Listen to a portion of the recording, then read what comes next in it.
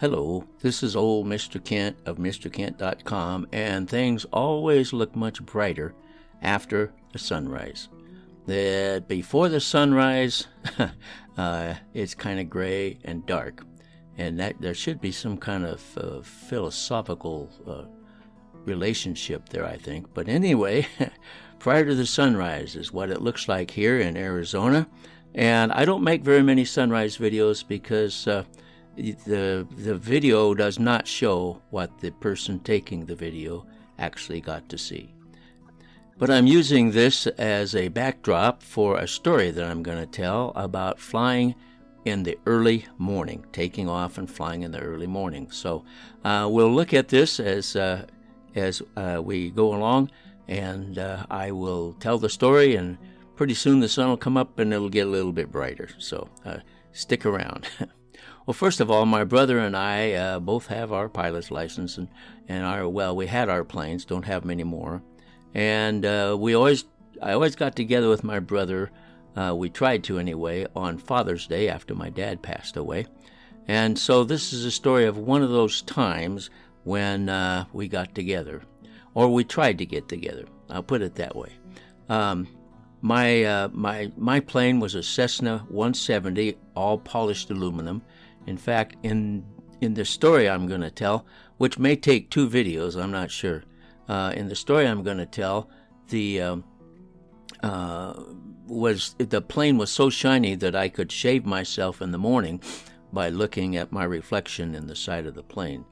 And so I had gotten it all polished up one year, and I thought, my brother's got a really bad back because he worked for the railroad, and a huge tank fell on his propane tank, about 5 feet tall, fell on his back, or fell on him, and really messed up his back. And I knew he wasn't doing much flying, so I thought, well, he's probably not polishing his plane either. So one weekend on Father's Day, I decided I'm going to take everything I have to polish planes with, load it up in my Cessna, and fly over the Cascades, and land at the Renton Airport is where he kept his plane.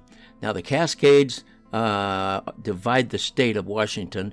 The west side gets all the cold, damp air that comes off of the ocean, and then as it climbs to go up over the Cascade Range, the water condenses, and then by the time it gets to the other side, there's not much moisture. So the west side is very often overcast when the east side is clear. And so that was one of those days when it was overcast, but it was forecast to clear up. So I got up real early in the morning in Spokane and took off from the Meade Airport, which is just a small airport. With I had a polisher that I used to polish my plane that was made out of an old-fashioned screw shooter that looked like a gun. And then I had a battery that I used, or that I took with me, because had a 30-foot cord in it, which normally I just connected to my truck battery. But I didn't have my truck, so I put a battery in, had a bucket and some scrub things and my polish, and I had a little step ladder, and so I took off early in the morning, real early.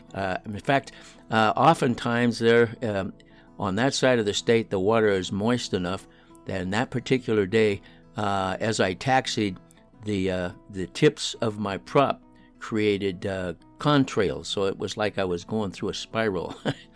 Anyway, I took off, and it was the beginning of an exciting day. So took about 2 hours to fly over, and as I came over the Cascades, I could see that it was overcast, but forecast on the radio said that it was expected to clear up. And so I just kept going, and then I dropped down to where I was just over the overcast, which was probably about 3 or 4,000 feet. And I had that old-fashioned GPS, which only showed where the airports were. And so I headed for the Auburn Airport because the Renton Airport was still closed to VFR traffic. So I headed towards the Auburn Airport because I thought maybe there'd just be a hole in the clouds between where I was and Auburn. And sure enough, I got down close to the surface of the clouds, and I came across a place where there was a hole, And so I did I dove through the hole and got underneath the clouds. And then I was able to just fly over to the Auburn airport and land. And I landed and I sat there for about an hour waiting for the weather to clear over the Renton airport. Finally, it did clear, and I was able to take off from Auburn and fly over to the Renton airport and land. And then they had a parking area for private pilots, and I found my brother's plane parked over there. And when I got out of my plane and walked over to his plane, my heart was broke because I knew he wasn't doing much flying, but there was moss on the concrete underneath of his plane where you could tell that nobody had flown it much. So started out, I took my water bucket and I took some rags and I started wiping it down so I could put some polish on it. And that took about an hour, and I got that done. In the meantime, it was probably getting around 11, 12 o'clock by then. And so I got my little power polisher out and ran my 30-foot cord from a battery that was sitting on the ground, a car battery, and started putting the polish on and polishing his airplane. And I started at the front and started just like you do. You put some polish on the rotating polishing disc and just run around and run around and run around, and then let it dry, and then you wipe it down with a clean rag. And so I spent the day just enjoying myself. Now my brother, he didn't show up, and that was okay because I wanted to do this for him.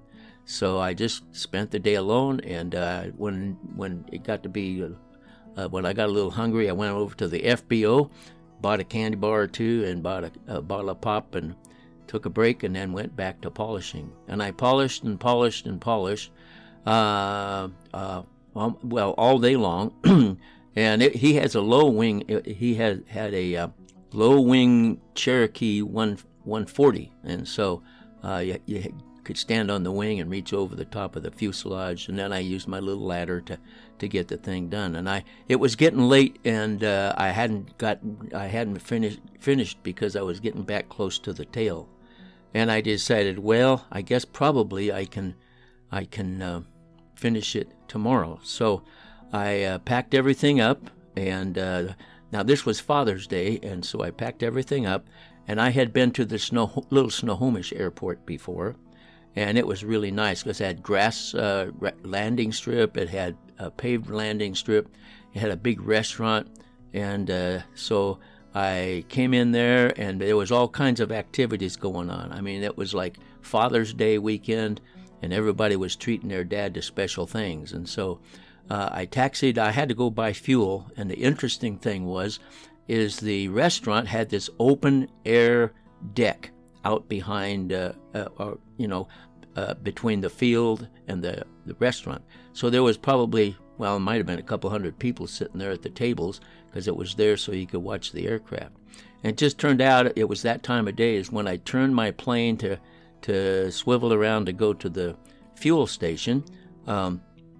The sun hit my plane just right, so it flashed bright light across that open air dining area, and of course everybody's head turned and looked at me. And so anyway, so I got my plane over there, got it refueled, and then I taxied out. They had you could park the plane anywhere on a certain area of grass strip. So I taxied out onto the grass strip and sat down, or got out of the plane, and I was hungry, so I locked it up. And then I hiked across the area there and went into the restaurant and bought myself a steak dinner. And then I called my wife and I told her, everything went fine. And so then, it's getting close to the end. I better just put the next part on the next video, which is probably the most interesting part. But this is getting to be kind of a long video. So I want to share a poem with you. And this poem is called The Other Side of the Wall. Just the other side of the wall. a concept understood by all. As children playing in their room can hear Mom call, "Be dinner soon," as Dad, awakened out of sleep by a barking dog, his vigil keeps, a message sent by an unseen mouth, clearly received without a doubt. It sometimes sounds like a distant call, yet it's just the other side of the wall. Is there a better way to understand God's prayer relationship with man? Whate'er we lack, we need only call, for it's just the other side of the wall. When we need a friend, we need not cry, for just an inch away, he's standing by. Of course, it's hard when you can't see his face, can't touch his hand or fix his place, to believe and trust and firmly know that he's as close down here below as if we were by his side on the Emmaus way, and he lovingly hears each word we say. Is prayer a mystery? Not at all. Just the Lord and I and an aging wall. As the years have passed, that wall's still there, but I think it's gotten thin with wear. And where'er I go in this earthly tent, for which my journey he has lent, I need not worry, nor fuss, nor fall.